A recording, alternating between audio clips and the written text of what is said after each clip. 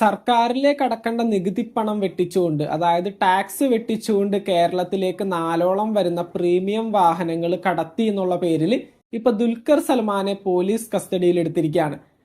ഈ പറയുന്ന മമ്മൂക്ക ആണെങ്കിലും ദുൽഖർ ആയാലും വാഹന പ്രേമികളാണെന്നുള്ള കാര്യം നമുക്ക് പണ്ട് തൊട്ട് അറിയുന്ന കാര്യമാണ്. ഒത്തിരി പ്രീമിയം വാഹനങ്ങൾ, അതായത് കോടിക്കണക്കിന് രൂപ വിലമതിക്കുന്ന പല വാഹനങ്ങളും ഇരുവരുടെയും പക്കലുണ്ട്. അപ്പൊ 4ഓളം വരുന്ന പ്രീമിയം വാഹനങ്ങൾ ദുൽഖർ സൽമാൻ ഈ പറയുന്ന പോലെ നികുതി പണം വെട്ടിച്ചുകൊണ്ടാണ് കേരളത്തിലേക്ക് കൊണ്ടുവന്നത് എന്ന് പറഞ്ഞുകൊണ്ട് ഇന്നലെ പോലീസ് ദുൽഖറിനെ അറസ്റ്റ് ചെയ്തിട്ടുണ്ടായിരുന്നു.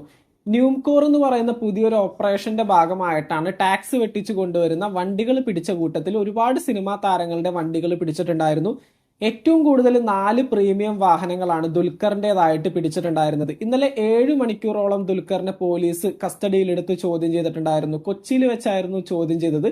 ദുൽഖർ പറഞ്ഞൊരു കാര്യം, ആ ഒരു 4 വാഹനങ്ങളുടെയും കൃത്യമായിട്ടുള്ള രേഖകൾ എന്റെ പക്ഷമുണ്ട്. ഈ പറയുന്ന ടാക്സ് വെട്ടിച്ചാണ് ആ ഒരു വണ്ടി കൊണ്ടുവന്നതെങ്കിൽ ആ വണ്ടിയുടെ ഡീലേഴ്സ് ആയിരിക്കും ഇത്തരത്തിൽ ടാക്സ് വെട്ടിച്ച് കൊണ്ടുവന്നത്. ഞാൻ കൃത്യമായിട്ട് ടാക്സ് അടച്ചുകൊണ്ട് സർക്കാരിലേക്ക് കൊടുക്കേണ്ട എല്ലാ രീതിയിലുമുള്ള ഡോക്യുമെന്റ്സും പണവും അടച്ചിട്ടാണ് ആ ഒരു വണ്ടികൾ സ്വന്തമാക്കിയതെന്നാണ് ദുൽഖർ സൽമാൻ പോലീസിന് കൊടുത്ത മൊഴി.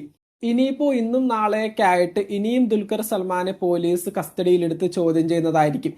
ഇന്നലെ പോലീസ് അന്വേഷണത്തിന്റെ ഭാഗമായിട്ട്, അതായത് ന്യൂംകോർ ഓപ്പറേഷന്റെ അന്വേഷണത്തിന് ഭാഗമായിട്ട് കണ്ടെത്താൻ സാധിച്ചത് 4ലധികം വാഹനങ്ങൾ ദുൽഖർ സൽമാന്റെ പക്കൽ ഇനിയും ടാക്സ് വെട്ടിച്ച് കൊണ്ടുവന്നതായിട്ടുണ്ട് എന്നുള്ളത് തന്നെയാണ്. അപ്പൊ ഈ ഒരു വാഹനങ്ങളൊക്കെ പിടിച്ചെടുക്കുന്നതായിട്ടുള്ള കാര്യങ്ങളും പോലീസിന്റെ ഭാഗത്തു നിന്നുണ്ടാവും. ഇനിയും ചോദ്യങ്ങൾ ചെയ്തതിന് ശേഷമായിരിക്കും ഈ ഒരു വാഹനങ്ങൾ പിടിച്ചെടുക്കുന്നതും ഇത്തരത്തിൽ നിയമപരമായിട്ട് മുന്നോട്ട് പോകുന്നതും.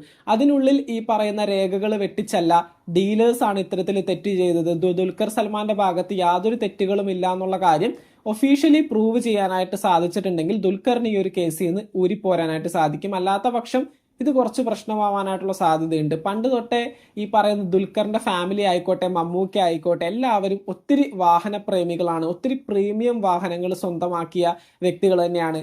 ഇപ്പൊ DQ ആണെങ്കിൽ പോലും കേരളത്തിൽ നിന്നുള്ള ഒരു പാൻ ഇന്ത്യൻ സൂപ്പർ സ്റ്റാർ ആണ്. അദ്ദേഹത്തിന്റെ സിനിമാ ജീവിതത്തെ പോലും ബാധിക്കാനായിട്ടുള്ള സാധ്യതകൾ ഈ ഒരു കേസിന്റെ ഭാഗമായിട്ട് വരാനായിട്ടുള്ള സാധ്യതയുണ്ട്. ഇന്നലെ മുതൽ സോഷ്യൽ മീഡിയയിലും മെയിൻ സ്ട്രീം വാർത്താ മാധ്യമങ്ങളിലും ഒത്തിരി ചർച്ചയാക്കപ്പെട്ട ഒരു വീഡിയോ ആയിരുന്നു ഇത്.